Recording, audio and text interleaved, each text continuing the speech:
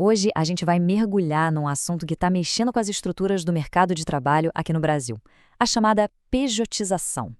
É um movimento que vem crescendo, sabe? E que traz na bagagem uma promessa de mais flexibilidade, mas, por outro lado, também acende um alerta sobre os riscos, e não só para os trabalhadores, mas para as empresas e até para as contas do país. E para a gente ter uma ideia do tamanho disso, é só olhar os números. Desde a reforma trabalhista, lá em 2017, o número de autônomos que têm CNPJ cresceu mais de 45%. É um salto gigantesco. E aí vem a pergunta, né? O que está por trás de uma mudança tão grande assim?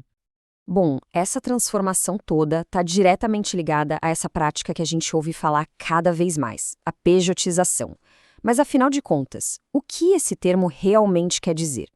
Olha, de um jeito bem simples, pejotização é quando uma empresa, em vez de contratar alguém com carteira assinada, pede para essa pessoa abrir uma empresa, um CNPJ, para poder prestar o serviço. Na rotina, no dia a dia, a relação é igualzinha de um funcionário comum, mas no papel, o contrato é entre duas empresas. E essa diferença no contrato cria dois mundos de trabalho completamente diferentes. De um lado, você tem o trabalhador CLT, que é protegido pela lei, com direitos como férias, 13º, FGTS. Do outro lado está o contratado PJ, que abre mão de toda essa rede de segurança e passa a ter um contrato civil, onde o risco é todo individual.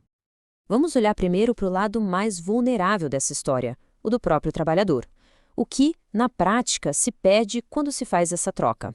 E a lista, olha, é longa e tem um peso enorme. Quem entra nesse modelo abre mão de direitos que são fundamentais.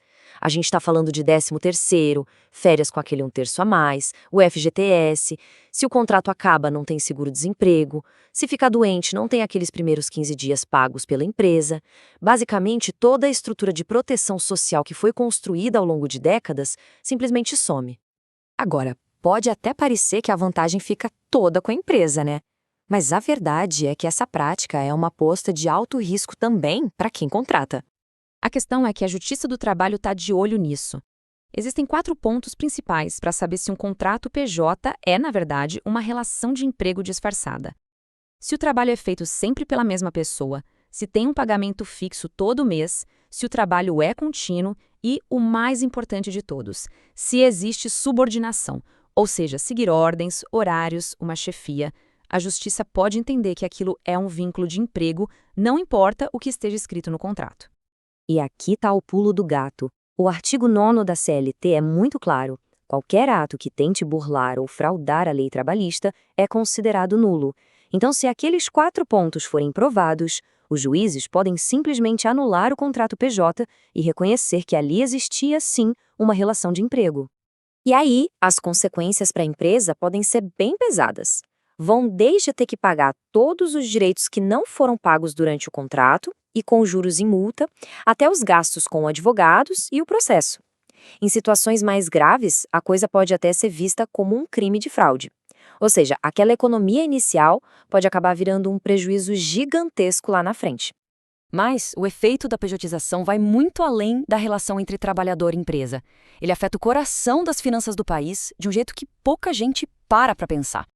Um estudo da Fundação Getúlio Vargas trouxe um dado que, olha, é de assustar. A arrecadação de impostos e de contribuições por trabalhador pode cair até 95% quando um contrato CLT vira um contrato PJ que não paga imposto de renda como pessoa física. É uma queda brutal. E, somando tudo, a perda de arrecadação para os cofres públicos de 2018 a 2023 é estimada em 150 bilhões de reais. É um valor absurdo, um dinheiro que simplesmente deixa de entrar no orçamento do governo. E por que isso importa para todo mundo? Porque é com esse dinheiro que se financia a Previdência Social, o SUS, as escolas públicas, a segurança. Menos arrecadação significa, no fim do dia, menos dinheiro para os serviços essenciais que toda a população usa. Fica claro, então, que esse debate sobre pejotização não é nada simples. É um terreno cinzento, cheio de consequências e com muitas incertezas. Para deixar tudo ainda mais complicado, nem o Supremo Tribunal Federal, STF, tem uma visão única sobre o assunto. Às vezes, decisões de lá aplicam regras de terceirização a casos que são, na verdade, de pejotização. E essa confusão toda gera uma insegurança jurídica enorme, onde ninguém sabe direito o que vale ou não vale. E tudo isso nos leva a uma reflexão final. A gente sabe que buscar novos modelos de trabalho é importante, mas a pergunta é: a que custo? A linha que separa a modernização das relações de trabalho da precarização de direitos é muito, muito tênue. E a questão que fica no ar é: qual desses caminhos a gente está escolhendo para construir o futuro do trabalho no Brasil?